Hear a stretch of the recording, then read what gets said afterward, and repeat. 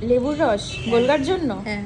বাহ, এ দেখো আমি খাচ্ছি ডাব, আরেকজনের জন্য গোলগা খাবে লেবুর রস। তুমি কি খাবে? হাওয়া খাবে? কি বলছো? লেবুর রস হ্যাঁ তোর মা খা, হ্যাঁ। আমি খাবো না। তুমি কি খাবে? ডাব খাবে? না না না না না, তাহলে কি খাবে আমি তুমি? পেট বোঝাই হয়ে বুকও বোঝাই হয়ে রয়েছে।